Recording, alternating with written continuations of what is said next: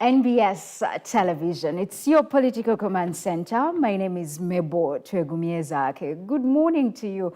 Wherever you're watching from, it is the breakfast meeting, political command center, from politics to the economy. I would say, especially if I'm reminded with one of popular philosopher and sociologists who say that after all, there's no longer difference between politics and the economy. Why? Because the same language reigns in both. No wonder today there's, of course, the political economy, which has always been there, and all societies or in every country is trying to strive and arrive at, a fully political economy. And speaking of the economy, there's been an ongoing campaign about the 90 days of oil and gas that has been sensitizing the public and the stakeholders about the oil and gas sector. And at the recently concluded 9th Annual Mineral Wealth Conference, there was emphasis on adding value to Uganda's minerals. Any value added to a component, of course, it gives you additional gain. And in our breakfast meeting this morning, we're going to center our discussion on financing the mineral sector and, of course, the risks that are involved. Unfortunately, I have the experts with me here. And, of course, I introduce to you Mr. William Kizito. He is an investment consultant and advisor investment from the Uganda Chamber of Mines and Petroleum. And first later, we'll be also talking to Maurice Amogola, the CEO of Minet, Uganda, so that we put into perspective this conversation on financing and the risks that are involved that surround Uganda's mining sector. There's been a lot that, of course, that has covered in the 90 days of oil and gas. And I want to bring in Mr. Kizito into this conversation. So welcome to the breakfast meeting. Thank you, Precious. This is a very wide topic. I hope you're going to avail 6 hours for us to discuss this. But once again, I want to thank our viewers who have been with us, who have walked the journey of 90 days. Okay. The journey hasn't ended yet. We still have a lot to put out there. We want to demystify anything regarding oil and mining. Mm-hmm. We want Ugandans to participate. Whatever element, whatever section they will have to pick up, we want them to participate. Okay. And that's why our focus in the next few days still will be more about enlightening the public on how they can get involved in these two sectors. Yes, I know still financing of the mineral sector, or even the risks involved, is quite a general topic. Yes, and before we even start talking about it, let's first talk to us about the minerals that actually need financing. Well, do all of them need financing anyway? It's a question of how you want to define financing. Okay. The truth is this: mining as a sector is quite capital intensive, from exploration to development. By the time you put a mineral out there on the market, there's quite a lot that you have to put in. The most expensive segment or part of mining is around exploration. After you've acquired the exploration license, you need to go out there and try. For a layman's language, you're trying to look out for what is in the earth. You dig this portion, dig the other portion. Now, it's not a guarantee that what you're aiming for is what you'll pick out of the ground. It's quite expensive, I'll have to advise you. And oftentimes, it's important then to get the right financing while you're engaging in that business.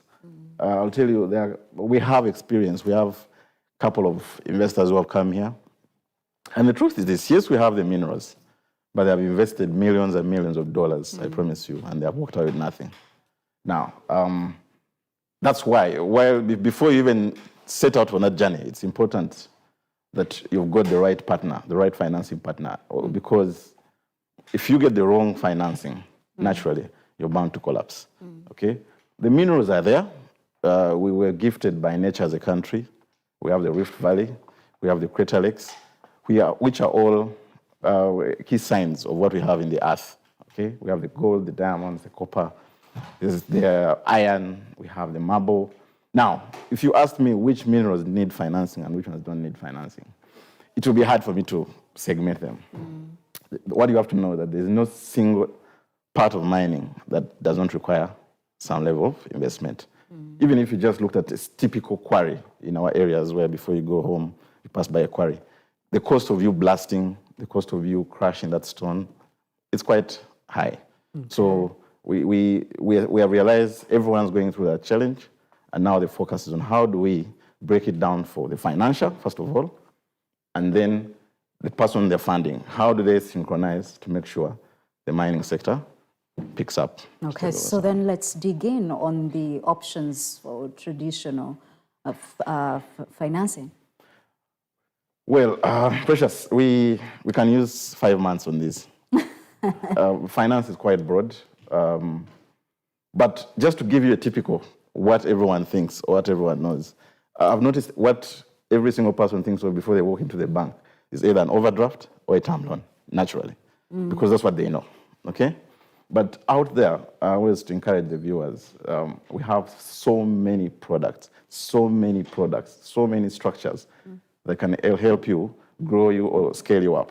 The traditional ones, like I've told you, the standard term loans. Walk into the financial's house, pick up $1 million. I want to pay it in 8 months or in 8 years, sorry. Oh, I need an overdraft. Some people don't even know why you have to get an overdraft or you shouldn't get an overdraft. But that's what everyone picks up. But for mining, as it is, if you look out for what is involved, given the long-term nature of what it is, there are better ways to finance it. The first one, before you even look out for a bank, is the value chain. Oftentimes, there's always a big corporate buyer of these products, whether it's gold or copper or marble. There's always a global corporate buyer. Now, the easiest way is for them to then mine the value chain, look out for who the aggregator will be, and then the downstream player. Let me use a real example. Who will be our downstream players in this sector? I want you to think of the people mining in Mubende, the artisanal miners. Think of the people who are crushing marble in Karamoja, okay? Naturally, they do not have access to the global market. There will always be an aggregator in there, okay? Now, instead of them indulging in debt conversations, it would have been easier if an arrangement came up between them and the aggregator and the global corporate buyer or the bulk buyer. That sounds easy, but oftentimes they also push it back to them to ensure that of course, for them, they want a finished product. So then the other options that they have to look out for, first of all, why do they need the money? Okay? Precious, if you look at the equipment that's used in drilling, just the cost of one drill alone could take you back to close $500,000, a drill. Okay? Now you have to drill the earth so that you can pick up the minerals. So one of the options you have is to go for a lease. Pick up equipment. The equipment suppliers are in the market now. We shouldn't complain about that. They're in the market, they're with us. Pick up a lease from any of the financials. Now, as the Chamber of Mines and Petroleum, we're lucky, we're blessed. We have so many members who are already indulging in the leasing business. I don't think I'm at liberty to mention some of them here, but pick up a lease. It can be either finance or operating lease, okay? Pick up a lease, use this equipment over a period of time. You'll be able to execute your agenda, okay? But without necessarily paying a whole sum figure at once, okay? You have an option of taking up long-term debt. Now, we have, not all debt has to come from a bank. We have some private equity players. We have venture capitalists. Now, we also have a few organizations that have come out to structure transactions and benchmark them on the risk managers. Maurice here will guide you and tell you, as insurers now, also them, their industry has diversified a little. They're able to cushion a player with the aim of ensuring that they're able to secure funding out there, okay? Now, like I said, the products could be quite diverse, but I'll structure them this way. We have some transactions that are long-term. Exploration is quite long-term, Precious, I can tell you. We have organizations. If you went to Busia, we have an organization called Wagagai. They've been there for 6-7 years, doing only exploration, trying to find where the gold is, okay? Now, those will need long-term debt or long-term structures. Then there are those that are short-term, okay? I've finished exploration, I've done the drilling. I need to fix the timing difference between when I'll get the money and when I will be exporting or when I'll put the product out there in the market. Now, for those that are doing long-term, okay, you can even go out for straight-out mortgage. You might be owner of the land or you might have collateral that could help you to put out that facility. You might go for private equity, sell a stake. Now, it's not a culture that we're very used to. In Uganda, we want to own. Yeah, true. I'm the owner of the property, I'm the owner of the asset, but times have changed. Allow an external player to buy a stake in your organization. Partnerships. Now, it's not a partnership, it's business. You've come in, I've bought a stake, I'm now a shareholder for a period of time. But the advantage is, what I'm bringing on board is what you should have gone for to borrow. This time around, you're not going to borrow it. That's my contribution towards this venture, okay? So the advantage with private equity is the exit is already known. We pre-agree on what will happen in 7 years' time. That we're going into this, but in 7 years' time, we shall exit under these terms, okay? Okay, so William, maybe probably to stop you a little bit, I know we'll get back to it because there are more innovative ways to finance. But when I turn to you, you're welcome once again, CEO, Minet Uganda, Maurice Amogola.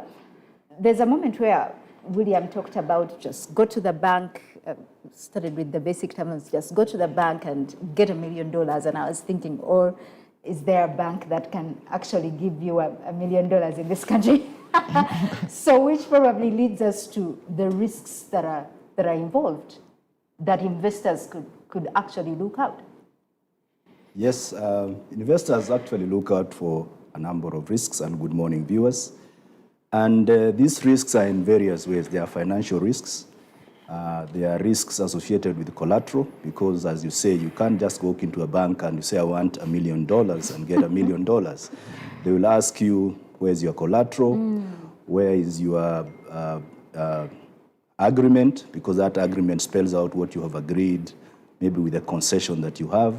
And out of that concession, it creates obligations. It creates assets that you can actually borrow against. So that agreement would be the starting point of the bank looking at possibility of lending you money. And the insurer looking at how do we collateralize? What is there to collateralize? We have the bonds market. The bonds market is structured between insurance companies and also the banking sector. So depending on the structure of the agreement and depending on the type of collateral that you can put together, you are able then to talk to insurers to look at the potential for writing for you a bond. And we have the necessary instruments locally and internationally to enable you to write that bond. Okay.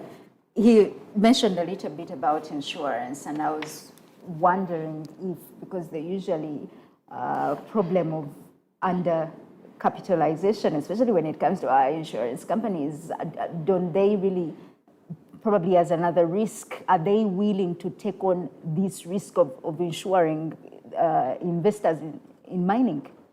The first point, given even the mining cycle itself.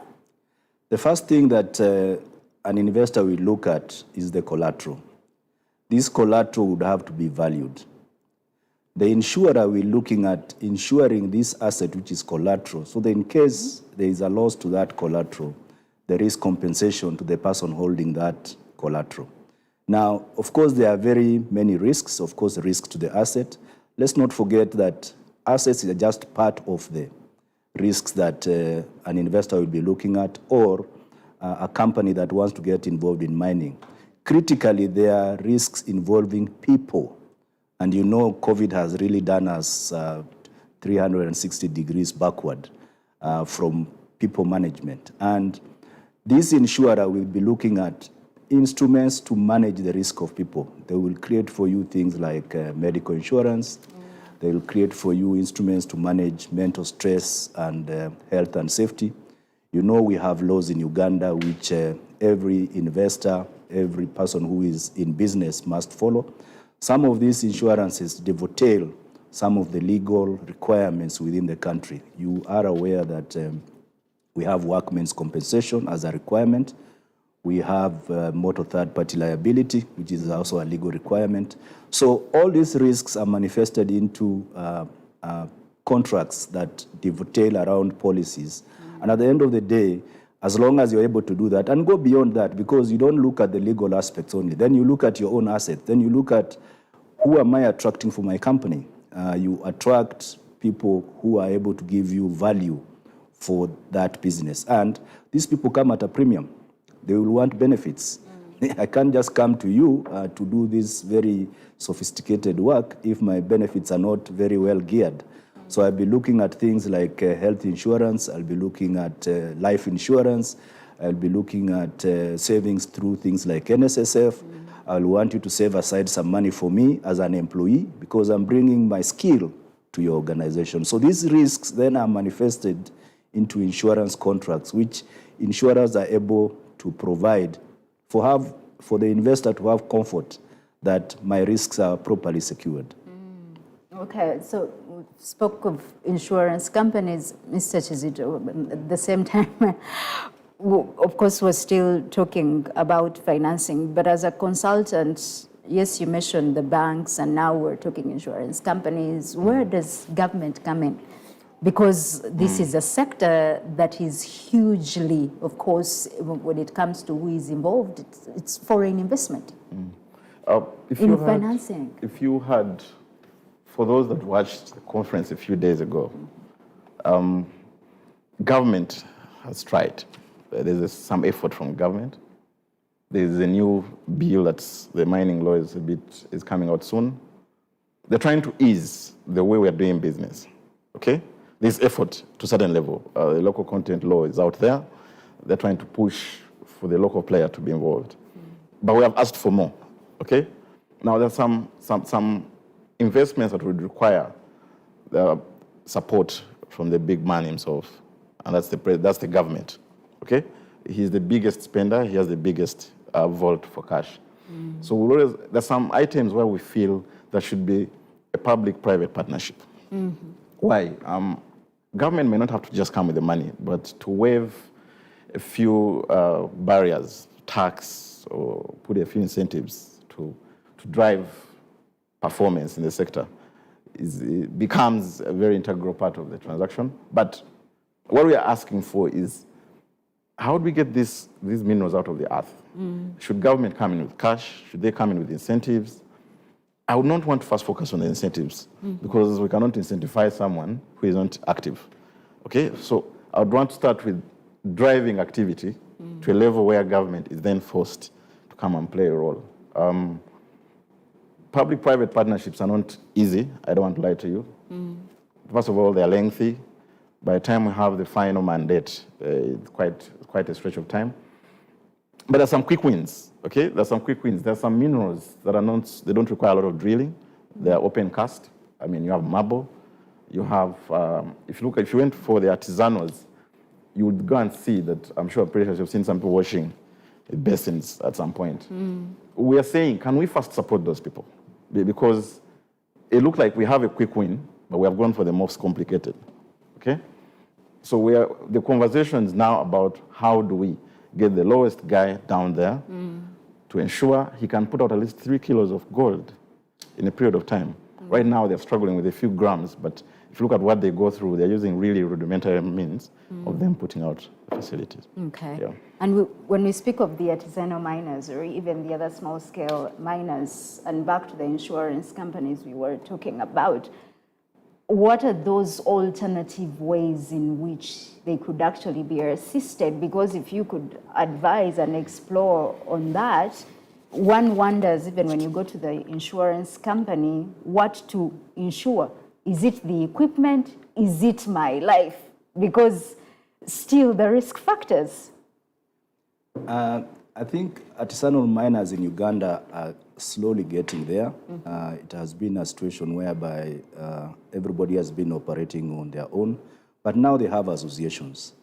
And insurers operate in an environment where there is structure.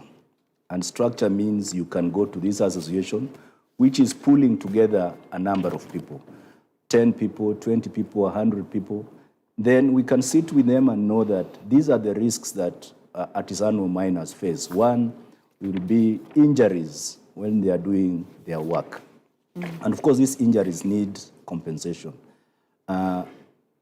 Through their ability to make money, the grams that we are talking about, which eventually will get into kilograms and get into the market. Through their association, they can register their wins for the day, their wins for the week, And at the end of the day, part of those wins can be converted into insurance premium. And once it's converted into insurance premium, it becomes a win-win, whereby if somebody then is injured because of the work that they are doing, then insurance will come to play. Definitely, we can help them in health and safety by way of coming in and talking to them about how they make sure the environment is safe. We can talk to them, we can put together for them a medical insurance, especially for inpatient facilities. Again, injuries can occur, and bad injuries which necessitate people to be hospitalized. The key here is once we have the aggregation, as we had talked about, then insurers are able to come in and help you to structure insurance that can support you in the business that you are doing as an artisanal miner. And what are some of those lessons that probably Uganda can draw from the impact of insurance on mining globally? I think, one, we have understood mining to be a large investor mentality, but we are saying that Uganda is unique. We don't want to run away and just depend on investors who bring a lot of money. We also want to support our own local people, and in the policy of Bubu and other policies. You've seen situations in West Africa where you mine the crude, and people just see the crude moving in pipelines, and they don't see value as individuals. So we are saying, let's start with our own people and help them within their locale to be able to do business. Let's also mind about our environment, because agriculture is a mainstay of Uganda. Uganda is blessed. We can grow a lot of food, which we can export. So as we grow food, we can also do the mining from an artisanal basis, and that then just adds value to the whole chain that we have. Then by the time the large investor comes in, as you all know, we are soon embarking on oil and gas development, which all comes from explorations and everything that has just been explained. But we are also saying, let's not just leave it to the foreign investor. Through the local content provisions, we will then see how the Ugandan will be involved in the whole value chain, so that there's a win-win for everybody. And that win-win brings in also risks. And these risks then are ably covered through the insurance fraternity, as well as the banking sector. Okay, Mr. Kizito, additional comments on. I want to comment a little on that. I want us to do some quick math here. This thing involves, there are two parties. There's the financial, and then there is the miner, okay? Precious, there are some facts that we need to put out right now. As a country, right now, we have 600,000 artisanal miners registered, okay? If you can come to the Chamber of Mines, we have clustered. We know, we have plotted the map. We know which group is in which area, okay? Now, to the financial, if you look at this quick math, okay, let's assume it's a bank, okay? Look at the opportunity here. If each of these artisanal miners saved 1,000 shillings per day, that is 600 million shillings every day. Correct. Before we finance them, they're saving 1,000 shillings. Then my friend here, Maurice, has an opportunity to encourage them to save 500 shillings towards their comprehensive insurance. He will have premiums of that volume per day. The money is there, okay?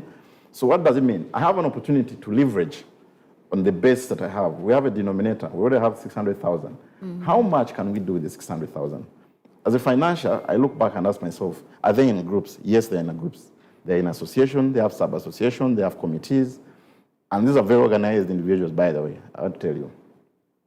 So when I'm coming into finance, if I want to unlock this sector, I look at the denominator, okay? And as chamber, we can guide whoever wants to finance this sector. We can support you and give you the information.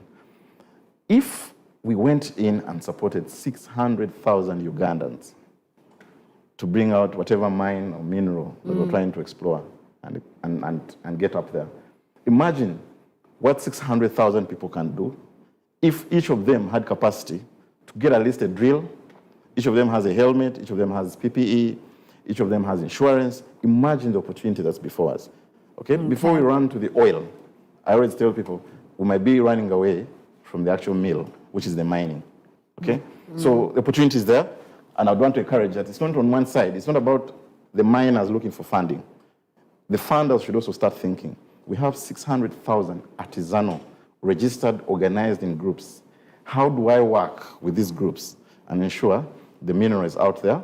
I can then look out for the integrator or the aggregator, and then the bulk buyer. Okay. Yeah. So in your conclusion, as parting shots, as the mining sector readies itself for alternative financing? There are two things that we need to do. We can't dodge them, whether we want it or not. The first thing that we cry about every day is governance. Okay. Precious, we need to stop doing things, use the language, juakari. We need to stop mediocrity, okay? Yeah. Governance is what's going to take us to the world market. Governance is what's going to make us competitive players out there. Most organizations or most players have dodged some simple things like bookkeeping. Simple things. Bookkeeping. Most people don't even bank. They're not banked.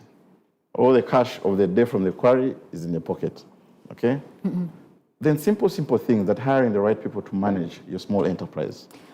And then finally, I'll think of, if you're scaling up, for you to attract the right financing, it's going to be key to ask yourself, do I have a board of directors that can speak ably at the global stage and negotiate and lobby for my organization? Or am I running everything as a sole entrepreneur?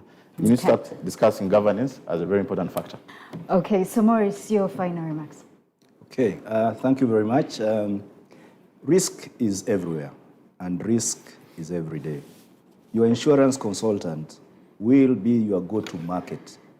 Talk to your insurance consultant who will be able to sit with you at your level, whatever level you are, whether you are an investor, whether you are an individual, and understand the risks you face on a day-to-day. Every day when you leave home to go to work, or when you are at home, or when you are working in your farm, there will be risks. The issue is, how do you mitigate against these risks? And mitigation includes putting together an insurance contract. This insurance contract will be in a form of saving, in which case you take life insurance.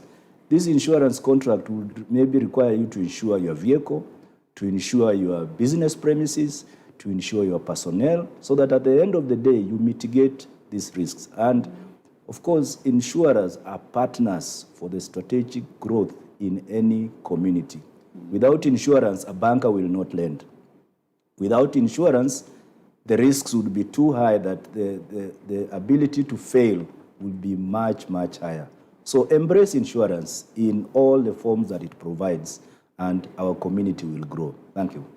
Well, that is Maurice Amogola, the CEO of Minet Uganda, and of course we thank you, William Kizito, Advisor, Investment Uganda, Chamber of Mines and Petroleum. And of course the 90 days of oil and mining continue. The information is out there, especially if you need it on oil and the mining sector in Uganda. My name is Mebo Twegumiezake. We'll be returning shortly as breakfast meeting continues. If you love coffee, especially if it's Ugandan coffee now, that's another sector. How has it been faring amidst the COVID-19 pandemic? What are the milestones? And of course, to large-scale farmers, there's a lot you need to look forward to after a short break.